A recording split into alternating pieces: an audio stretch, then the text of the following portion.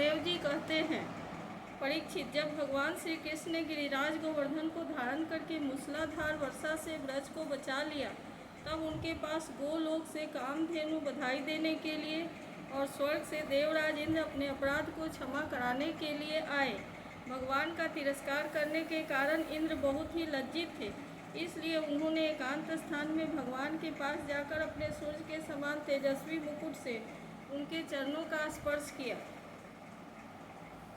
परम तेजस्वी भगवान श्री कृष्ण का प्रभाव देख सुनकर इंद्र का घमंड जाता रहा और मैं ही तीनों लोकों का स्वामी है, ये सब उन्होंने हाथ जोड़कर उनसे स्तुति की।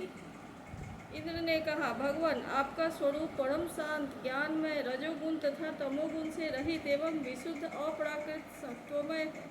यह गुणों के प्रवाह रूप से प्रतीत होने वाला प्रपंच केवल मायामय है, क्योंकि आपका स्वरूप न जानने के कारण ही आप में इसकी प्रतीति होती है।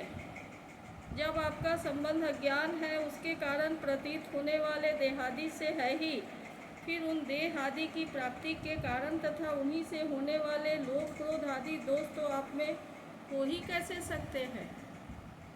प्रभु, इन दोषों का होना तो अज्ञान का लक्षण है। इस प्रकार यद्यपि अज्ञान और उससे होने वाले जगत से आपका कोई संबंध नहीं है, फिर भी धर्म की रक्षा और दुष्टों का दमन करने के लिए आप अवतार ग्रहण करते हैं और निग्रह अनुग्रह भी करते हैं। आप जगत के पिता, गुरु और स्वामी हैं। आप जगत का नियंत्रण करने के लिए दंड धारण किए हुए दुस्तर काल है। आप अपने भक्तों की लालसा पूर्ण करने के लिए स्वच्छंदता से लीला शरीर प्रकट करते हैं, और जो लोग हमारी तरह अपने को ईश्वर मान बैठते हैं, उनका मान मर्दन करते हुए अनेकों प्रकार की लीलाएं करते हैं। प्रभु, जो मेरे जैसे अज्ञानी और अपने को जगत का ईश्वर मानने वाले हैं, वे जब देखते हैं कि बड़े बड़े भय के अवसरों पर भी आप निर्भय रहते हैं, तब वे अपना घमंड छोड़ देते हैं और गर्व रहित होकर संत पुरुषों के द्वारा सेवित भक्ति मार्ग का आश्रय लेकर आपका भजन करते हैं। प्रभु, आपकी एक एक चेष्टा दुष्टों के लिए दंड विधान है। प्रभु, मैंने स्वर्ग के मद से चूर होकर आपका अपराध किया है, क्योंकि मैं आपकी शक्ति और प्रभाव के संबंध में बिल्कुल अनजान था। परमेश्वर, आप कृपा करके मुझ मूर्ख अपराधी का यह अपराध क्षमा करें और ऐसी कृपा करें कि मुझे फिर कभी ऐसे दुष्ट अज्ञान का शिकार न होना पड़े।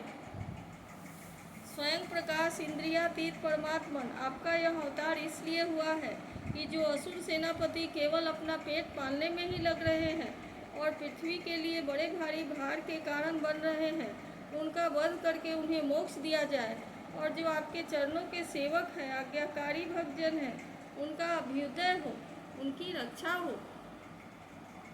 भगवान, मैं आपको नमस्कार करता हूँ। आप सर्वांतर्यामी, पुरुषोत्तम एवं सर्वात्मा वासुदेव हैं। आप यदुवंशियों के एकमात्र स्वामी, भक्तवत्सल एवं सबके चित्त को आकर्षित करने वाले हैं। मैं आपको बार बार नमस्कार करता हूँ।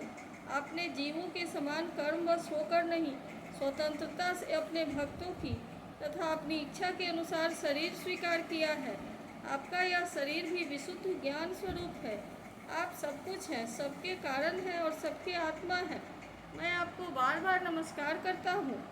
भगवान, मेरे अभिमान का अंत नहीं है और मेरा क्रोध भी बहुत तीव्र मेरे वश के बाहर है।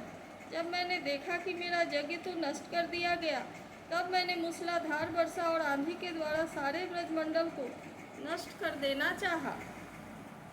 परंतु प्रभु, आपने मुझ पर बहुत ही अनुग्रह किया। मेरी चेष्टा व्यर्थ होने से मेरे घमंड की जड़ उखड़ गई। आप मेरे स्वामी हैं, गुरु हैं और मेरे आत्मा हैं। मैं आपकी शरण में हूँ। श्री सुखदेव जी कहते हैं, परीक्षित, जब देवराज इंद्र ने भगवान श्री कृष्ण को इस प्रकार स्तुति की, तब इंद्र ने भगवान श्री कृष्ण को हंसते हुए मेघ के समान गंभीर वाणी से भगवान ने इंद्र को संबोधन करके कहा। श्री भगवान ने कहा, इंद्र, तुम ऐश्वर्य और धन संपत्ति के मद से पूरे पूरे मत वाले हो रहे थे, इसलिए तुम पर अनुग्रह करके ही मैंने तुम्हारा यज्ञ भंग किया है। यह इसलिए कि अब तुम मुझे नित्य निरंतर स्मरण रख सको। जो ऐश्वर्य और धन संपत्ति के मद से अंधा हो जाता है, वह यह नहीं देखता कि मैं काल रूप परमेश्वर हाथ में दंड लेकर उसके सिर पर सवार हूँ। मैं जिस पर अनुग्रह करना चाहता हूँ, उसे ऐश्वर्य भ्रष्ट कर देता हूँ। इंद्र, तुम्हारा मंगल हो। अब तुम अपनी राजधानी अमरावती में जाओ और मेरी आज्ञा का पालन करो। अब कभी घमंड न करना, नित्य निरंतर मेरी सन्निधि का, मेरे संयोग का अनुभव करते रहना और अपने अधिकार के अनुसार उचित रीति से मर्यादा का पालन करना।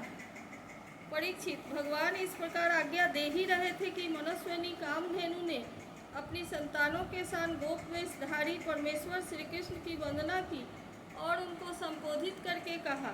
कामधेनु ने कहा, सच्चिदानंद स्वरूप श्री कृष्ण, आप महायोगी जोगेश्वर हैं। आप स्वयं विश्व हैं, विश्व के परम कारण हैं, अच्युत हैं, संपूर्ण विश्व के स्वामी। आपको अपने रक्षक के रूप में प्राप्त कर हम सनाथ हो गई। आप जगत के स्वामी हैं, परंतु हमारे तो परम पूजनीय आराध्य देव ही हैं। प्रभु, इंद्र त्रिलोकी के इंद्र हुआ करे, परंतु हमारे इंद्र तो आप ही हैं। अतः आप ही गौ ब्राह्मण देवता और साधुजनों की रक्षा के लिए हमारे इंद्र बन जाइए। हम गौएं ब्रह्मा जी की प्रेरणा से आपको अपना इंद्र मानकर अभिषेक करेंगी। विश्वात्मन, आपके पृथ्वी का भार उतारने के लिए आपने ही अवतार धारण किया है। श्री सुखदेव जी कहते हैं, परीक्षित, भगवान श्री कृष्ण से ऐसा कहकर कामधेनु ने अपने दूत से और देव माताओं की प्रेरणा से देवराज इंद्र ने ऐरावत के सूंड के द्वारा लाए हुए आकाश गंगा के जल से देवर्षियों के साथ जदुनाथ श्री कृष्ण का अभिषेक किया और उन्हें गोविंद नाम से संबोधित किया। उस समय वहां नारद, तुम्बुरु आदि गंधर्व, विद्याधर, सिद्ध और चारण पहले से ही आ गए थे। वे समस्त संसार के पाप ताप को मिटा देने वाले भगवान के लोक मलापा यश का गान करने लगे और अप्सराएं आनंद से भरकर नृत्य करने लगी। मुख्य मुख्य देवता भगवान की स्तुति करके उन पर नंदन वन के दिव्य पुष्पों की वर्षा करने लगे। तीनों लोकों में परमानंद की बाढ़ आ गई और गौओं के स्तनों से आप ही आप इतना दूध गिरा कि पृथ्वी गीली हो गई। नदियों में विविध रसों की बाढ़ आ गई, वृक्षों से मधु धारा बहने लगी। बिना जोते बोए पृथ्वी में अनेकों प्रकार की औषधियाँ, अन्न पैदा हो गए।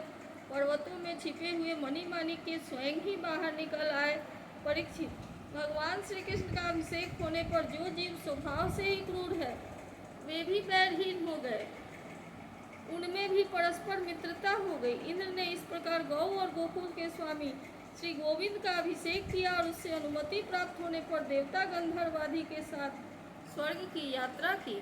इति श्रीमद्भागवते महापुराणे पारमहंस्यां संहितायां दशम स्कंधे पूर्वार्धे इंद्रस्तुति नाम सप्तविंशोऽध्यायः।